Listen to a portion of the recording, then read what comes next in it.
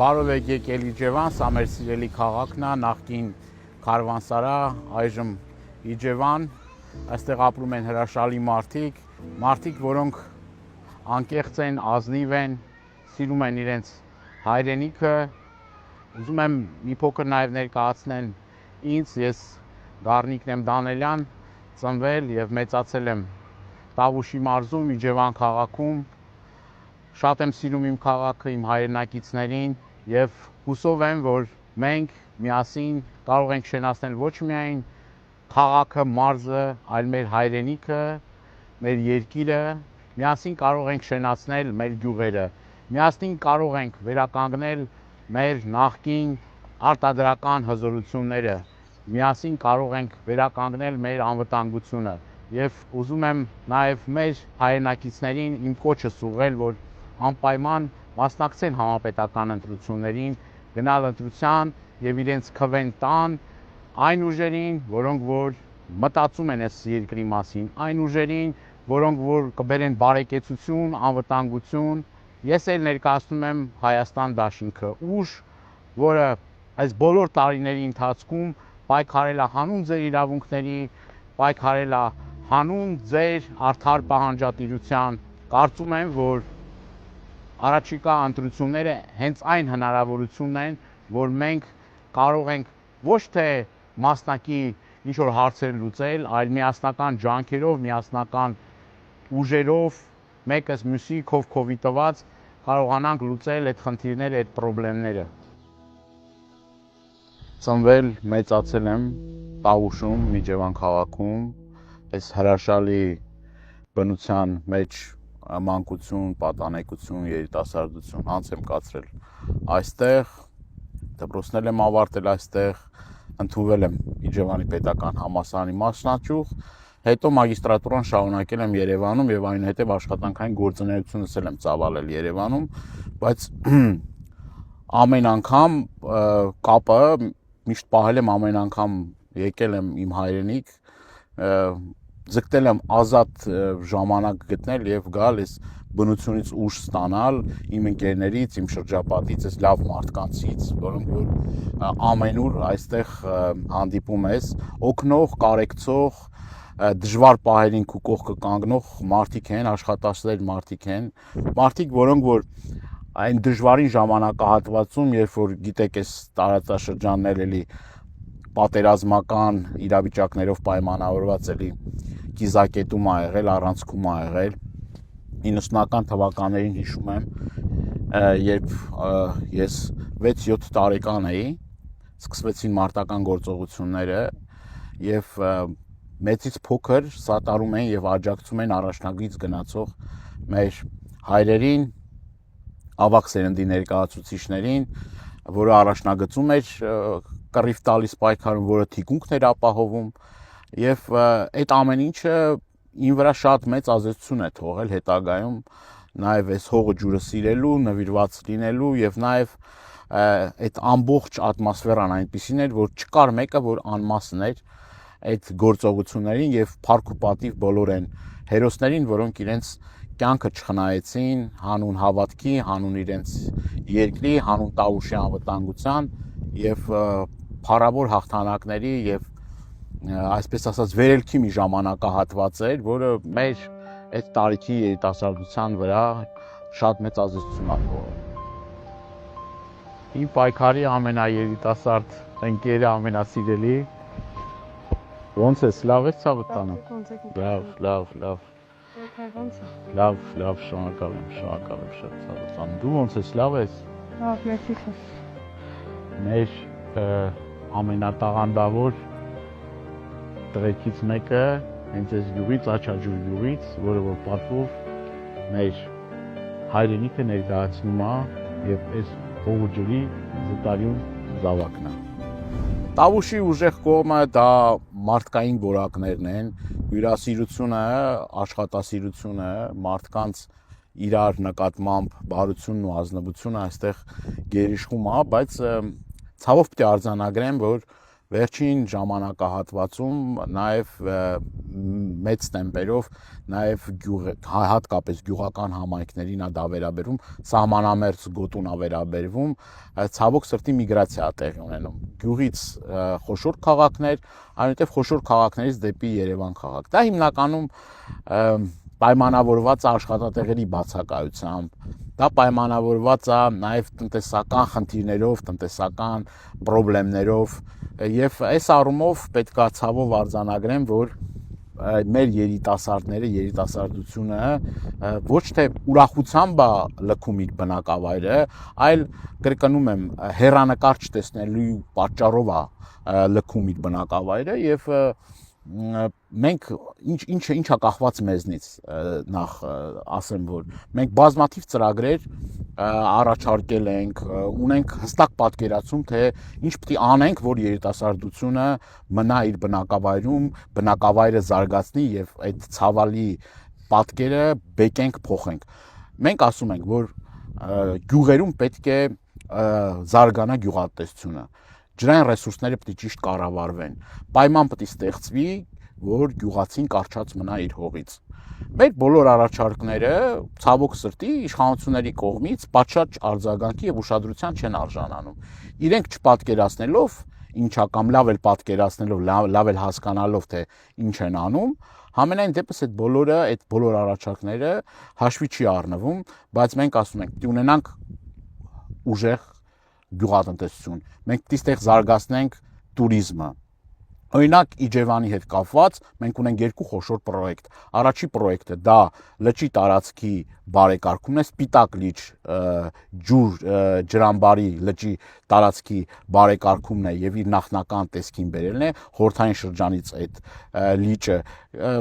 գրեթե 90% ավել պատրաստ է եղել եւ դա պիտի ծառայեր ռոռոկման նպատակով եւ նաեւ որպես տուրիստական ուղղություն, տուրիստական գոտի դարձնելու։ Հիմա այդ լիճը ճահճակալած է եւ մենք իջևանցիներին վերադարձնելու ենք սիրելի Սպիտակ լիճ ջրամբարը։ Սպիտակ լիճ ջրամբարը Իջևանի այցեքարտերից մեկն է, երկու նպատակ է ունեցել։ Առաջին նպատակը դա հարակից տարածքների ռոռոկելի դարձնելն էր, նույն Գանձակար գյուղի մնացած բոլոր բնակավայրերի ռոռոկելի անջրդի տարածքները ռոռոկելի դարձնելու համար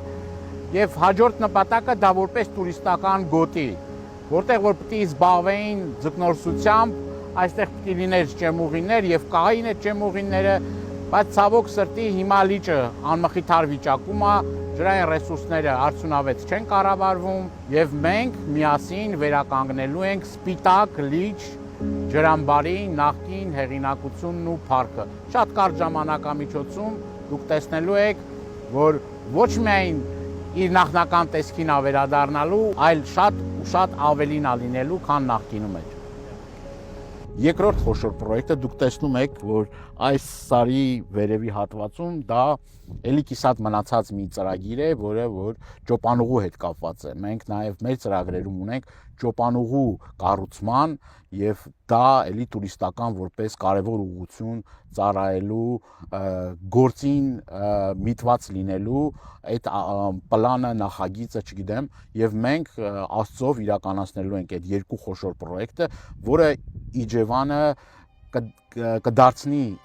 տուրիստների համար գրավիչ, տուրիստական շատ կարևոր ուղղություն։ Սա 80-ականներին կիսատ մնացած ճոպանուղու կառույցն է, իմ մեջքի հետևում, տեսեք հսկայական աշխատանք է այն ժամանակներում արված եղել։ Նպատակը շատ պարզ է եղել, տուրիստական կենտրոն դարձնելն է Իջևան քաղաքը, որը ցավոք սրտի կիսատ է մնացել եւ շարունակությունը իր չի ստացել։ Մեր ծրագրերում, մեր նպատակների մեջ շատ առանցքային նշանակություն ունի Իջևանը տուրիստական կենտրոն դարձնելու գաղափարը, մտահղացումը եւ մենք միասին այս կիսատ թողած գործը իր տրամաբանական ավարտին ենք հասնելու, որը որ հսկայական նշանակություն եւ էֆեկտ է ունենալու Իջևան քաղաքի այս հրաշալի միջավայրը ամբողջ աշխարհին ցույց տալու եւ տուրիստներին բերելու մեր սիրելի, մեր պաշտելի Իջևան քաղաքը։ Ինչ վերաբերում է գյուղաբնակ մեր հայրենակիցներին, մենք իրենց մի քանի կարևոր առաջարկներ, ծրագրեր ենք ներկայացրել։ Առաջին ծրագիրը դա նա է, որ գյուղատնտեսությամբ զբաղվող մեր հայրենակցի աշխատանքը պետք է համարվի ստարժ։ Եվ դա կնպաստի նրան, որ գյուղատնտեսությամբ զբաղվող մեր հայրենակիցների թիվը շեշտակի կավելանա։ Մենք ասում ենք, որ պետք է այստեղ զարգանա անասնաբուծությունը։ Վերջերս ես հարցում եմ ուղարկել հասկանալու համար, թե Տավուշի մարզում ինչքան անջրդի հողատարածքներ կան։ Ցավոք պետք է արձանագրեմ, որ շուրջ 25,000 հեկտար հողատարածքներ ոռոգելի չեն։ Այնինչ դուք ամեն քայլափոխի կտեսնեք այն ներքևում էլի Գետահովիտի գյուղի միջով անցնող ուրեմն գետնա, այնտեղ Աղստև գետնա քիչ ավելի ներքև, ու այս ամբողջ ջրային ռեսուրսը գնում է եւ ծառայում է ճշնամական եւ ոչ բարեկամական երկրի հողերը ոռոգելի դարձնելու։ Մենք պետք է կարողանանք այս ջրային ռեսուրսները կառավարենք, ճիշտ կառավարենք, արդյունավետ կառավարենք եւ գյուղացին հնարավորություն ունենա այդ հողերը, որոնք որ անջրդի են եւ անմշակ են, դարձնենք մշակովի եւ գյուղացուն պետք է աջակցենք 0% վարկեր տրամադրելով։ Այդ 0% վարկերը պետք է նպաստի նրան, որ մեր հայրենակիցը կարողանա զբաղվել ուրեմն եւ գյուղատնտեսությամբ եւ այգիների հիմնելու հսկայական տարածքներ կան, որտեղ որ կարող ենք հիմնել այգիներ եւ այդ այգիների նաեւ սառնարանային տնտեսությունը զարգացնենք եւ կարծում եմ սա մուլտիպլիկացիոն մեծ էֆեկտ է ունենալու եւ ինքը մեր տարածաշրջանը տնտեսական առումով շատ ավելի գրավիչ է դարձնելու։ Այս պահին գտնվում ենք դենդրոպարկի հարակից տարածքում, որտեղ որ հազվագյուտ ծառատեսակներ են հարյուրավոր տնկվել, ժամանակին այգին եղել է իջևանցիների համար շատ սիրելի զբոսավայր, բայց այս պահին էկոլոգիական աղետի շեմին է, բազմաթիվ ծառատեսակներ, հազվագյուտ ծառատեսակներ, դուք տեսնում եք, որ չորացել են։ Այս հարցը շատ արագ եւ կարճ ժամանակահատվածում կարող է լուծվել ցանկության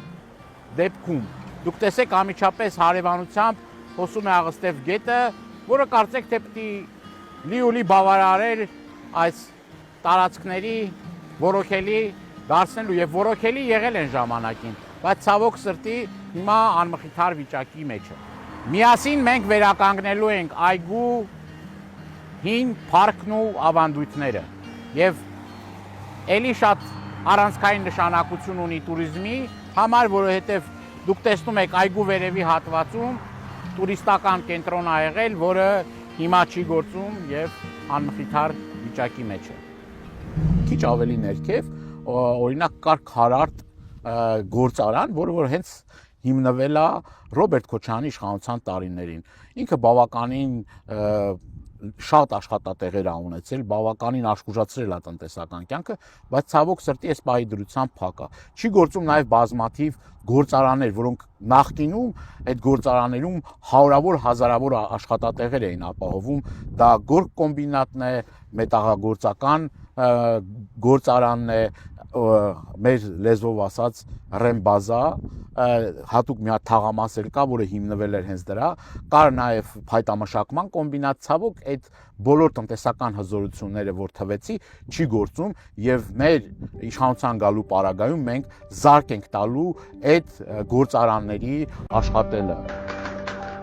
Սա այն գործարաններից մեկն է, որ հիմնադրվել է նախագահ Ռոբերտ Քոչարյանի պաշտոնավարման ժամանակահատվածում, սրա մասին մենք խոսել ենք, նախկին արտադրական հզորությունները պետք է վերականգնվեն։ Այս գործարանում հարյուրավոր աշխատողներ են աշխատել,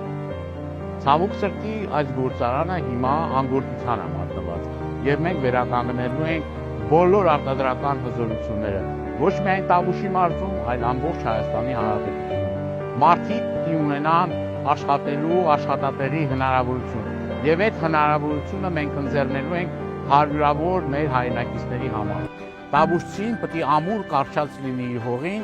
աշխատատեղ ունենալու շնորհիվ։ 10 թվականից հետո հասարակությանը նպատակադրված պարակտեցին։ Նույն գյուղի մեջ մեր հայրենակիցները բաժանվեցին երկու հատվածի։ Աշխատավայրերում նորից էլի այդ կոնֆլիկտը գեներացրեցին, սև ու սպիտակի, նախկին ներկայի, եւ այդ ամեն ինչը չէր կարող նաեւ չմտնել ընտանիքներ, ընկերական հարաբերությունների մեջ, միջանձնային հարաբերությունների մեջ, բարեկամների եւ ցավոք այդ ատելության գեներացիան մեզնից խլեց շատ ու շատ արժեքներ։ Մենք ցավով պետք է ասեմ, որ մենք չկարողացանք այդ ատելության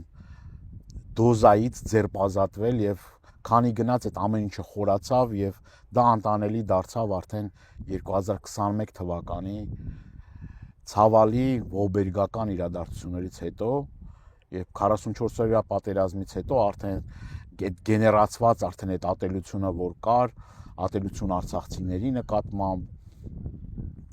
այդ ամեն ինչը նոր թափ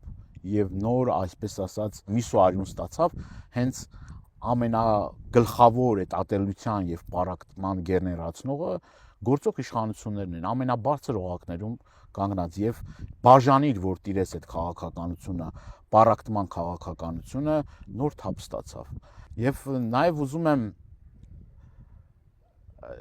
խոսել վերջին ժամանակահատվածում էլի ինձ համար շատ դժվար մի թեմայի մասին, հայ առաքելական Սուրբ եկեղեցու դեմ արշավի մասին։ Այդ նույն մարդիկ, որոնք որ ատելություն են գեներացնում գյուղերում, ընտանիքներում, հասարակության մեջ, այդ նույնը տեղի ունեցավ նաև եկեղեցու պարագայում։ Եվ այդ նույն մարդիկ հակաեկեղեցական արշավի ամենագլխավոր առաջամարտիկներից էին։ Հասարակության մի կողմում եկեղեցին պաշտպանողներն էին, հավատավոր հայ առաքելական Սուրբ եկեղեցու հետևորդները, մի մասում էլի Յան ազգանունով ինձ համար դժվար է դրա մասին ասել, բայց դրա մասին խոսենք։ Յան ազգանունով հայ մարդիկ, որոնք որ ուղղակի ջարդում էին մայրաթորի դռները, փորձում էին վեհափառին մայրաթորից հանել եւ ամենակեղտոտ խոսույթով, ամենազզվելի բառապաշարով հանդես էին գալիս մեր պատվելի սրբազանների, եկեղեցականների վեհափառ տիրոջ հասցեին։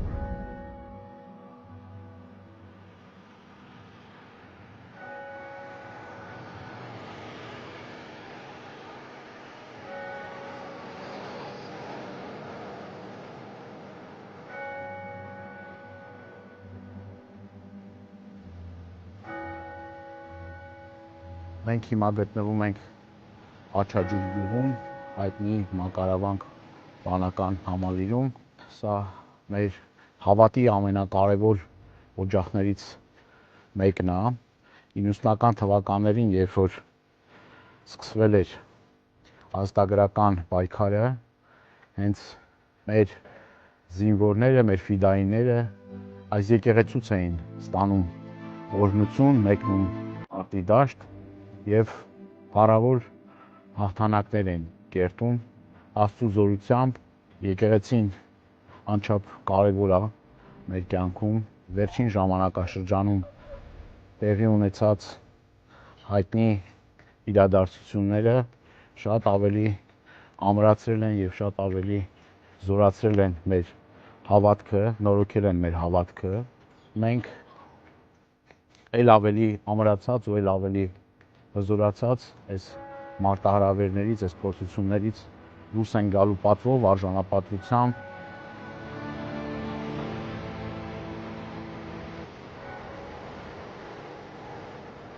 Տարի շարունակ պետություն չունենալու պարագայում եկեղեցին է հենց հայապահպանության դերը ստանձնել, պետության չլինելու պարագայում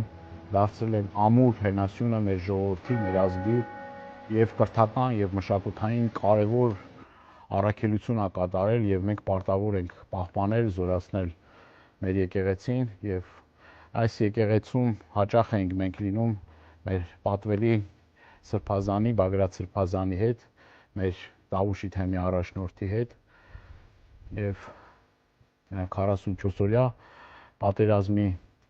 ընթացքում մենք չգիտեմ, այս պահը ինձ համար շատ հուզիչ է, 44-օրյա պատերազմում հենց սրբազանն էր այն մարտիկներին ուղեկցողը, հենց առաջնագծում, հենց մարտի դաշտում իր աղոթքներով, իր աջակցությամբ օգնելով, որ մենք կարողանանք պաշտպանել մեր հայրենիքը։ Ցավոք այսօր Սրբազան անազատության մեջ է եւ մաղթենք, որ Սրբազանին շուտապույտ տեսնել ազատության մեջ, եկեղեցիներում պիտի հնչի Սրբազանի աղոթքը։ Սա ինձ համար անչափ կարևոր է։ Մենք պիտի ստեղծենք, կերտենք ազգային պետություն։ Դա ամենակարևոր ու ամենաառանցքային խնդիրն է։ Պետություն, որտեղ առանցքում կլինի հայ առաքելական Սուրբ եկեղեցին, որտեղ մեր արժեքները պաշտպանված կլինեն, որտեղ կրթությունը միտված կլինի հայրենասիրության, հայապահպանության, աշխարհասփյուր հայության միավորման եւ ջանքերի եւ մտավոր պոտենցիալի եւ այս ամեն ինչը նախագահը իր իշխանավարման տարիներին շատ ճկուն դիվանագիտության արդյունքում այդ հայտնի խոսքա կոմպլիմենտար քաղաքականության արդյունքում կարողացել է միավորել Հայաստան, Արցախ, Սփյուռք, ստեղծել մի միջավայր, որտեղ որ հայ մարդը, գործարարը, գիտնականը ամեն հնարավորություն օգտագործել է Հայաստանին օգտակար լինելու։ Դա հենց այնպես չի եղել, դա եղել է անձնական հարաբերությունների, դա եղել է նաև մարդու անցած ուղու եւ պատվախնդիր մարդ լինելու նաև հանգամանքով պայմանավորված։ Ինձ համար շատ կարևոր է նաև այն փաստը, որ Արցախյան պատերազմի ճգնաժամային իրավիճակներում եւ գրեթե հուսահատություն էր, հուսալքված վիճակ էր եւ անընդհատ մենք եւ մարդկային կորուստներ էինք ունենում եւ տարածքային կորուստներ էինք ունենում, երբ որ Արցախում իշխանության ղեկին եկավ Ռոբերտ Քոչարյանը, մենք կարողացանք այդ աղետը կանգնացնել, հետո ունեցանք փառավոր հաղթանակներ, արժանապատվության զգացումը եւ մարդկանց ոգևորությունը ֆանտաստիկ մի իրավիճակ էր ստեղծվել, երբ որ հայ մարդը որտեղ էլ որ լինում էր, անկախ նրանից ինքը Ռուսաստանի Դաշնությունում էր, Եվրոպայում էր, Ամերիկայում էր, ինքը արժանապատիվ էր, ինքը ուրախ էր, որովհետև երկար տարիներ, դարեր հետո մենք ի վերջո ձեռք բերեցինք արժանապատվություն, հաղթանակներ ունեցանք եւ մի սերունդ էր դաստիարակվում, որը որ հաղթանակած սերունդ էր։ Եվ հիմա էլ արդեն, որ մենք արդեն նոր փուլ ենք մտնում, շատ ծանրագույն իրավիճակ է մեր երկրում, երբ որ արժե համակարգերը խարխրված են, երբ որ թշնամին, նույն թշնամին է մնացել եւ հավակնություններ ունի Հայաստանի Հանրապետության նկատմամբ, երբ որ ամեն օր խոսում են տարբեր բնակավայրեր ադրբեջանական անվանումներով կոչելու, սկսած Սևանա լճից, մեր բնակավայրի, երբ որ խոսում են 100,000-ավոր ադրբեջանցիներ ստեղ բերելու, երբ որ խոսում են անկախության հռչակագիրը չեղարկելու, գիտեք, որ արդեն հասել են նրան, որ Արարատ լեռը պիտի պատկերում չերևա, Արցախ անվանումը չլինի, հիմա արդեն Ստեփանակերտի կենտրոնում ցավով պիտի արձանագրենք, որ մեր եկեղեցիներն են ավիրում եւ այս ապիկար իշխանություններն ասում են, հա ինչ անենք, եկեղեցի է, ավիրում են ու համարում են այդ նորմալ բան։ Եվ այս իրավիճակում մի հատ հարց է առաջանում. ով կարող է այս իրավիճակից մեզ դուրս բերել։ Ով է այդ մարդը, որ կարող է հունիսի 8-ին գնա, 8-ից հետո գնա եւ բանակցի ուժային կենտրոնների հետ, ղեկավարների հետ, ով է այդ բանակցողը, ով է այս վիճակից մեզ համատեղ ջանքերով, մեր բոլորի համատեղ ջանքերով իհարկե, բայց իր առաջնորդությամբ, ով է այդ մարդը, որ կարող է անել։ Ես այդ հարցը ուզում եմ տալ մեր ցանկացած հայրենակցի։ Այդ մարդը Ռոբերտ Քոչարյանն է։ Եվ շատ կարևոր է, որ մենք նախ գիտակցենք ինչ վիճակում ենք մենք հայտնվել եւ որտեղ ենք գնում։ Ինչ է ի վերջո մեր վերջնարդյունքը, ինչն է, ինչի ենք մենք ձգտում, ինչ մարտահրավերներ ու խնդիրներ կան։ Մարտահրավերներ լիուլի են, հեշտ չի լինելու, դժվար է լինելու, բայց մենք այս փորձություններն էլ, այս խնդիրներն էլ պատվով ենք հաղթահարելու նախագահ Քոչարյանի առաջնորդությամբ։ Հայ մարդը վերագտնելու է իր վաղեմի փառքը, հզորությունը եւ ես այդ համոզմունքը ունեմ եւ մենք հասնելու ենք դրանում կասկած անգամ չունեմ։ Նախ ուզում եմ իմ շնորհակալության եւ երախտիկի խոսքը հայտնել այն հազարավոր իմ տավուշցի հայրենակիցներին, որ 21 թվականին հավատացել են ինձ եւ իրենց վստահության քվեն